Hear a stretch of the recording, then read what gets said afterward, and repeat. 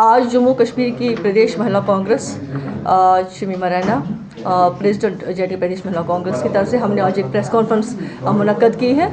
आप सबको पता होगा जो हाल ही में एलपीजी गैस के प्राइस जो हाइक हुए हैं और जो हमारे कमर्शियल गैस के जो प्राइस बहुत ही हाइक कर चुके हैं और पेट्रोल डीजल का भी आपने देखो कितना टैक्स लगा दिया गया है। और आपको पता हुआ हमारे किसान हमारे जो हमारे बिल्कुल वर्कर्स है जो हाउस बिल्कुल ग्रास लेवल के लोग गरीब लोग हैं तो उनके लिए इसके क्या व्यवहार हो रहा है। आपने देखा होगा पीएम कहीं ना कहीं वो कम्प्रोमाइज़्ड है। और आपने देखा पैलेस्टीन की जो फाइल थी उसमें उनके पूंजीपतियों का नाम आया था, हरदीपुरी का नाम आया था, उनके पूंजीपतियों का नाम आया था। और हमने इस मद्देनज़र रखते हुए जो आजकल हमारे यहाँ पे गैस के प्राइस बहुत ज़्यादा रेज हो गए हैं उसको लेके आज महिला कांग्रेस की प्रेस कॉन्फ्रेंस कर रही है। आपको पता है कि जो एलपीजी गैस है वो डायरेक्ट एक दुनिया जो हमारी पूरी दुनिया की आधी आबादी है उसको लेके हम चल रहे हैं। आपको देखो ये इसका इफेक्ट जो पड़ रहा है बिल्कुल हमारी आधी आबादी हमारी महिला उन पर डायरेक्टली असर पड़ता है। आप देखिए जब कांग्रेस पार्टी ने बिल्कुल 2014 से पहले हमारा 430 का गैस सिलेंडर था तो हमने सिर्फ 7 रुपये हाइक किए थे, चढ़ाया था गैस पे। लेकिन आज फिर स्मृति ईरानी ने गैस का सिलेंडर सर पे उठा के उन्होंने बहुत हाहाकार मचाई थी। गैस के प्राइस बहुत ज़्यादा हाइक हो गए हैं। लेकिन मैं उनसे कहना चाहती हूँ 2014 के बाद आप देखिए एलपीजी गैस की हालत हो गई है। एक रसोई जो घर की औरत चलाती है उसको कितनी दुविधा, उनको कितनी मुसीबतों का सामना करना पड़ रहा है। आज वही गैस सिलेंडर 1050 का हो गया था और उन्होंने रातों रात आज जो गैस सिलेंडर के दाम जो है 60 रुपीज़ बढ़ा दिए हैं। और आपको पता है कि ये इसका असर बिल्कुल हमारी महिलाओं पे असर पड़ गया है। और जो गरीब घर के महिलाएं हैं उनके क्या हालत आज हालत हो गई है आप लोगों से छुपी नहीं है। हम चाहते हैं जो एलपीजी गैस का जो हमारे एलपीजी गैस का भी उन्होंने जो कमर्शियल गैस का भी 115 रुपीज़ उन्होंने बढ़ा दिए हैं। तो आपने देखा होगा उसमें भी जो हमारे छोटे छोटे रेस्टोरेंट सब बंद हो रहे हैं उन पर भी क्या असर पड़ रहा है। लोग अगर घर में खाना नहीं मिलता है तो बाहर से मंगा लेते हैं, बाहर से कहाँ मंगाएंगे। तो एलपीजी गैस का प्राइस भी जो है बहुत हाइक कर गया है। तो कांग्रेस पार्टी इस मुद्दे को लेकर हमारी जो हमारे एलओपी है और हमारे कांग्रेस पार्टी के पूर्व प्रेसिडेंट थे और संसद भी है हमारे अभी लीडर राहुल गांधी जी ने भी इसकी अलम उठाई है। उसने पूरे ऑल ओवर इंडिया में हमारे जितने भी हमारे कांग्रेस के कार्यकर्ता है, जितने हमारे नेतागण हैं, सभी उस को लेकर आजकल कंडेम कर रहे हैं, प्रोटेस्ट कर रहे हैं, सड़कों पे आ गए हैं। चाहे वो पार्लियामेंट हो चाहे वो सड़कों पे हो, वो पार्लियामेंट में भी लड़ रहे हैं। और हमारी महिला कांग्रेस की टीम हमारे अलका लांबा जी के नेतृत्व में जो हमारे राष्ट्र अध्यक्ष है उनके नेतृत्व में आज हमारे दिल्ली में भी प्रोटेस्ट हुआ, जम्मू में भी हुआ। आपने देखा होगा पिछले दिनों में जम्मू में थी, वहाँ पर भी हमने प्रोटेस्ट किए, हमने वहाँ पर प्रोग्राम्स भी किए। और हमने आज जम्मू कश्मीर में हमें कश्मीर घाटी में आ गई हूँ तो मैं कश्मीर में भी अपनी महिला कांग्रेस को लेकर इस बात का प्रोटेस्ट भी करती हूँ और प्रेस कॉन्फ्रेंस दे रही हूँ। और उनको कहना चाहती हूँ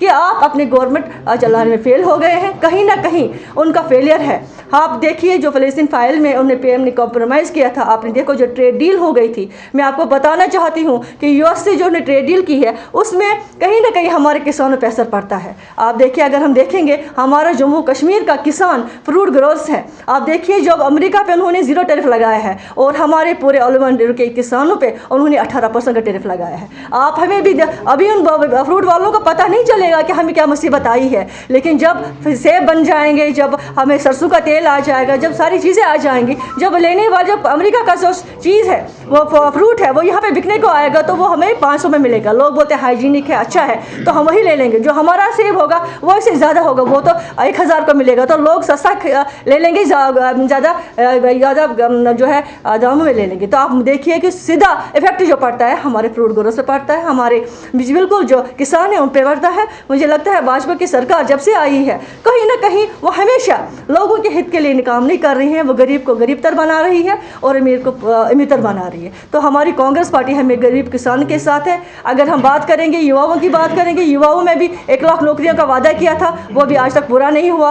15 लाख अकाउंट्स में जाने के लिए थे वो भी कभी नहीं हुआ। गैस में सब्सिडी थी तो वो भी नहीं हुई। लेकिन लेकिन मैं आज महिला कांग्रेस के अध्यक्ष होने के नाते ये आपसे कहना चाहूँगी, इस मीडिया के माध्यम से उनसे बिल्कुल रजू करना चाहती हूँ, जो हमारे सरकार है इस टाइम, कहना चाहती हूँ मेहरबानी करके जो हमारी डिमांड्स है, जो गैस का जो प्राइस है वो बिल्कुल आप कम कर दीजिए, वापस ले लीजिए, रिड्यूस कर दीजिए। और जो हमारे पेट्रोल डीजल है उनमें टैक्स आप ख़त्म कर दीजिए। और जो कोई अच्छी स्पेशल स्कीम जो पैकेज है वो इम्प्लीमेंट कीजिए लोगों के लिए, लोगों के जो गरीब लोग हैं, जो निजी सतर के लोग हैं, उनके लिए वो कुछ अच्छी स्कीम्स इम्प्लीमेंट करें।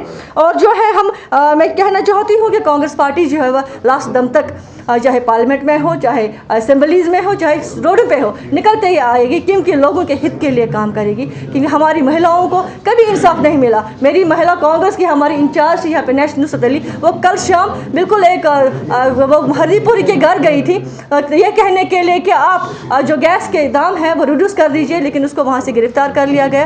रात के 8 बजे यहाँ जहाँ तक कानून है कि महिला को 6 बजे से ज़्यादा वो पुलिस स्टेशन में नहीं रह सकते हैं, उन्होंने उसको 8 बजे तक रखा गया, फिर छोड़ा गया। लेकिन हमारी महिला कांग्रेस अलका नामा के नेतृत्व में और हमारे एलओपी जो हमारे